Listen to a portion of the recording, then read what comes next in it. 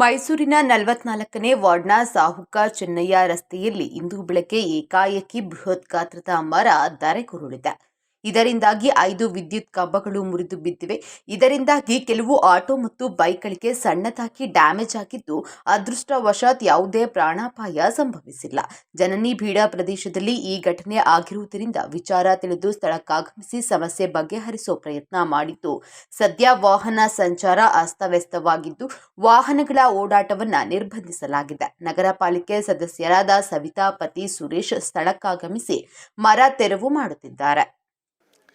ಇದು ಬೆಳಗ್ಗೆ ಒಂದು 10 ಗಂಟೆನಲ್ಲಿ ದೂರು ಬಂತು, ಹಿಂಗೆ ಮರ ವಾಲಿದೆ, ಅದನ್ನು ರಿಮೂವ್ ಮಾಡಿಸ್ಕೊಡಿ ಅಂತ. ತಕ್ಷಣ ನಮ್ಮ ಆರ್ಟಿಕಲ್ಚರ್ ಡಿಪಾರ್ಟ್ಮೆಂಟ್ ಇನ್ಸ್ಪೆಕ್ಟರ್ ಆದಂಥ ಪುನೀತ್ರವರು ಬಂದು ಅದನ್ನು ಪರಿಶೀಲನೆ ಮಾಡಿ, ಸರ್ ಅದು ಲೈನ್ ಆಫ್ ಮಾಡಿಸ್ಕೊಡಿ, ಅದನ್ನು ತೆರವುಗೊಳಿಸೋಣ, ಅರ್ಜೆಂಟ್ಗೆ ಈಗ ರೆಂಬೆಗಳು ತೆಗ್ಸಿರೋಣ, ಬುಡದ್ದು ಆಮೇಲೆ ನೋಡ್ಕೊಂಡು ಇದು ಮಾಡೋಣ, ಅನಾಹುತ ಆಗ್ದಂಗೆ ಅಂತ ಅಂದರು. ಅಷ್ಟೊತ್ತಿಗೆ ಏನೋ ಅವ್ರು ಬಂದೆಲ್ಲ ಪರಿಶೀಲನೆ ಮಾಡಿ ವೆಹಿಕಲ್ ಬಂದು ಲೈನ್ ಆಫ್ ಮಾಡೋ ಅಷ್ಟೊತ್ತಿಗೆ ಒಂದು 11:30 ಮರ ಬಿದ್ದು ಒಂದು 5-6 ಕಂಬಗಳೆಲ್ಲ ಡ್ಯಾಮೇಜ್ ಆಗೈತೆ. ಸೊ ಇದಕ್ಕೆ ದೇವ್ರ ದಯೆಯಿಂದ ಯಾರಿಗೂ ಏನೂ ಅನಾಹುತ ಆಗಿಲ್ಲ. ಅದು ದೇವ್ರ ದೊಡ್ಡವನು. ಮತ್ತು ಒಂದು 2 ವೆಹಿಕಲ್ಗಳಿಗೇನೋ ಸಣ್ಣ ಪುಟ್ಟ ಡ್ಯಾಮೇಜ್ ಆಗಿದೆ. ಅದನ್ನೆಲ್ಲ ಅವ್ರಿಗೆ ರೆಡಿ ಮಾಡಿಕೊಡುವಂಥ ಎಲ್ಲ ಮಾತಾಡಾಗೈತೆ. ಜೊತೆಗೆ ಕಂಬಗಳನ್ನ ಡ್ಯಾಮೇಜ್ ಆಗಿರೋ ಕಂಬಗಳನ್ನೆಲ್ಲ ರೀಪ್ಲೇಸ್ ಮಾಡುವಂಥದ್ದು KEB ಅವ್ರು ಮಾಡ್ತಿದ್ದಾರೆ. ಆ ಮರ ತೆರವುಗೊಳಿಸೋದನ್ನು ಸಂಬಂಧಪಟ್ಟ ಆರ್ಟಿಕಲ್ಚರ್ ಅವರು ಮರನ ತೆರವುಗೊಳಿಸ್ತಿದ್ದಾರೆ. ಇಲ್ಲ, ಈಗ ಒಂದು 3 ವರ್ಷ ನಮ್ಮ ಸವಿತಾ ಸುರೇಶ್ ಅಂತ ನನ್ನ ವೈಫು ಸದಸ್ಯರು. ಈಗ ಒಂದು 3 ವರ್ಷದಲ್ಲಿ ಒಂದು ಸಾರಿ ಹಿಂಗೆ ಯಾರೋ ಒಂದು ಪಬ್ಲಿಕ್ಕು ದೂರು ಕೊಟ್ಟಾಗ ಅದನ್ನು ತೆಗಿಲಿಕ್ಕೆ ಅಂತ ಬಂದಾಗ ಈ ಸಂಬಂಧಪಟ್ಟ ಸ್ಥಳೀಯರು ಅದು ಬೇಡ, ಅದೇನು ತೊಂದರೆ ಆಗಲ್ಲ, ಅದರಿಂದ ಮರ ಇರಲಿ, ಮರ ಯಾಕೆ ಇದು ಮಾಡ್ತೀರಿ ಅಂದ್ಬಿಟ್ಟು ಸ್ಟಾಪ್ ಮಾಡಿಸಿದ್ರು. ಈ 3 ವರ್ಷದಲ್ಲಿ ಒಂದು ಸಾರಿ ಅದನ್ನು ಆ ಪ್ರಯತ್ನ ಆಗಿತ್ತು. ಮರ ಈಗ ಬೆಳಿಗ್ಗೆ ಶಿಥಿಲಾವಸ್ಥೆಯಲ್ಲಿದೆ ಅಂತ ಅಧಿಕಾರಿಗಳು ಯಾರೋ ಬಂದು ಇನ್ನೂ 10 ವರ್ಷದ ಬೀಳಲ್ಲ ಅಂತಲೇ ಹೇಳಿದ್ರು ಅಂತ ಸ್ಥಳೀಯರು ಆರೋಪ ಮಾಡ್ತಾ ಇದ್ದಾರೆ. ಅಲ್ಲ, ಅದು ಏನೋ ಹಂಗಂದ್ರೆ ಅಂತ ನಾನು ಇರಲಿಲ್ಲ ಆವಾಗ. ನಮ್ಮ ಆರ್ಟಿಕಲ್ಚರ್ ಇನ್ಸ್ಪೆಕ್ಟರ್ ಏನೋ ಆ ಥರ ಅಂದರು ಅಂತ ನಮ್ಮ ಸ್ಥಳೀಯರು ಅಂತಿದ್ದಾರೆ. ಅದಕ್ಕೆ ಅವನಿಗೆ ಅದು ಅವ್ರಿಗೆ ಇದು ಅಲ್ಲಪ್ಪ, ಇದೆಲ್ಲ ತಪ್ಪು, ಆ ಥರ ಹೇಳಬಾರ್ದು, ಅದನ್ನು ತಕ್ಷಣ ತೆರವುಗೊಳ್ಸೋಕೆ ಏನು ಬೇಕು ಅದನ್ನು ಇದು ಮಾಡಬೇಕು. ಅದ್ಬಿಟ್ಟು 10 ವರ್ಷ 5 ವರ್ಷ ಅಂದ್ಕೊಂಡು ನಿಮ್ಗೆ ಹೆಂಗೆ ಗೊತ್ತಾಗುತ್ತೆ ಅಂತ ಹೇಳ್ಬಿಟ್ಟು ಅದನ್ನೆಲ್ಲ ಮಾತಾಡಾಗಿದೆ. ಅದು ಆ ಥರ ಹೇಳಬಾರ್ದು, ಅವರು ತಪ್ಪಾಗಿದೆ ಅದು ಅವ್ರದ್ದು. 10 ಗಂಟೆಗೆ ನನಗೆ ಬಂತು. 10:15 ಸ್ಥಳಕ್ಕೆ ಬಂದಿದ್ದಾರೆ ಇವರು ಆರ್ಟಿಕಲ್ಚರ್ ಇನ್ಸ್ಪೆಕ್ಟ್ರು. ಅವರೆಲ್ಲ ಒಂದು ಲೈನ್ ಆಫ್ ಮಾಡಿಸಿ ಸಂಬಂಧಪಟ್ಟ ಸಿಬ್ಬಂದಿಗಳೆಲ್ಲ ಬಂದು ಕ್ರಮ ವಹಿಸೋಷ್ಟೊತ್ತಿಗೆ ಒಂದು 11:45 ಮರ ಬಿದ್ದಿದೆ. ಆಗ್ತಾಯಿದೆ, ಆಲ್ರೆಡಿ ಸ್ಟಾರ್ಟ್ ಆಗೋಗಿದೆ, ಮಾಡ್ತಾಯಿದೆ.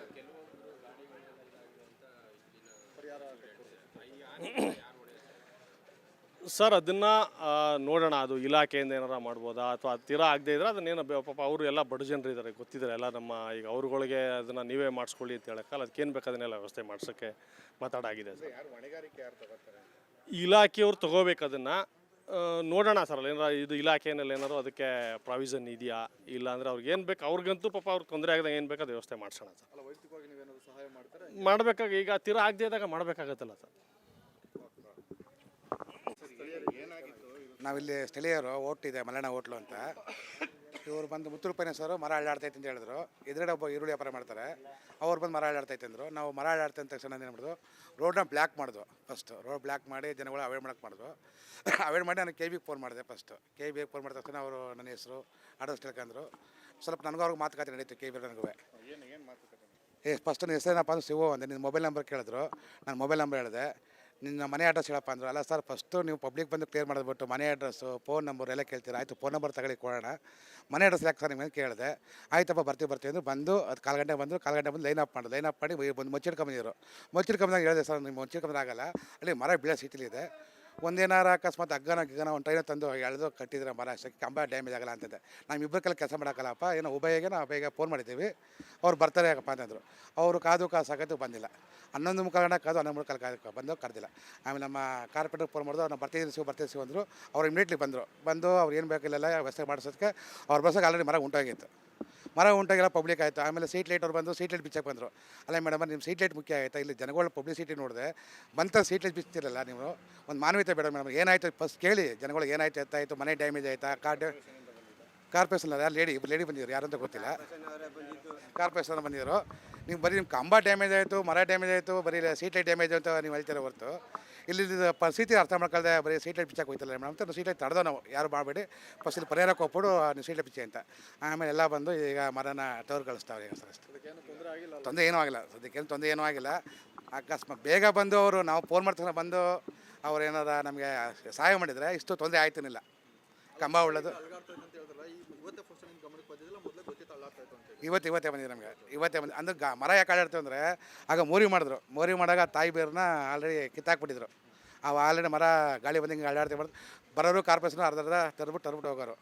ಇವತ್ತು ಫುಲ್ ಅಳ್ಳಾಡುತ್ತೆ ಅಂತ ನಾನು ಫಸ್ಟ್ ಫೋನ್ ಮಾಡಿದಾಗ ಹೇಳ್ದೆ, ಅವ್ರು ಬಂದು ಇಮಿಡಿಯೇಟ್ಲಿ ಆಕ್ಷನ್ ತಗೊಂಡ್ರೆ ಇಷ್ಟು ದುರಂತ ಆಯ್ತಾನಿಲ್ಲ. ಒಳ್ಳೆ ದೇವ್ರ ಕಡೆ ಯಾರಿಗೂ ಏನೂ ಆಗಿಲ್ಲ ಒಟ್ಟಲ್ಲಿ ಅಷ್ಟೇ ಆಗಿದೆ. ಗೊತ್ತಿಲ್ಲ ಸರ್, ಊರಿಗೆ ಹೋಗಿದ್ದೆ, ಹಬ್ಬ ಆಗಿ ಊರಿಗೆ ಹೋದ್ವಿ. ಈಗ ತಾನು ಊರಿಂದ ಬಂದು ಬ್ಯಾಗ್ ತೊಗೊಂಡೋಗಿ ಮನೆಯೊಳಗೆ ಇಟ್ಟುಬಿಟ್ಟು ಈಚೆ ತರಕಾರಿ ತಗೊಳ್ಳಂತ ಬಂದೆ. ಇಲ್ಲಿ ನಿಂತಿದ್ದಿಲ್ಲ ಸರ್, ಊರಿಗೆ ಹೋಗಿದ್ದೆ, ಹಬ್ಬ ಆಗಿ ಊರಿಗೆ ಹೋದ್ವಿ. ಈಗ ತಾನು ಊರಿಂದ ಬಂದು ಬ್ಯಾಗ್ ತೊಗೊಂಡೋಗಿ ಮನೆಯೊಳಗೆ ಇಟ್ಟುಬಿಟ್ಟು ಈಚೆ ತರಕಾರಿ ತಗೊಳ್ಳಂತ ಬಂದೆ.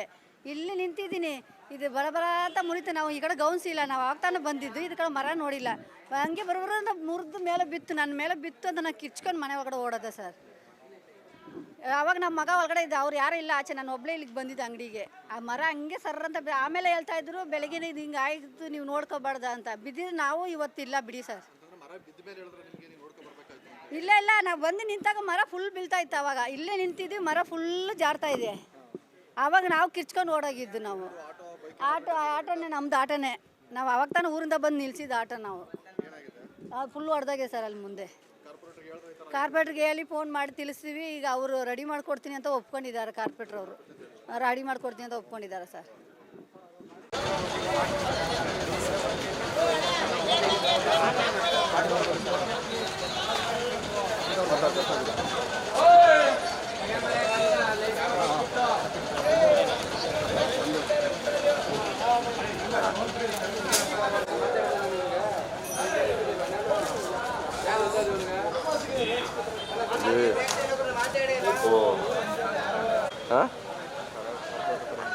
ಕಾರ್ಪೊರೇಟರ್ಗಳೆಲ್ಲ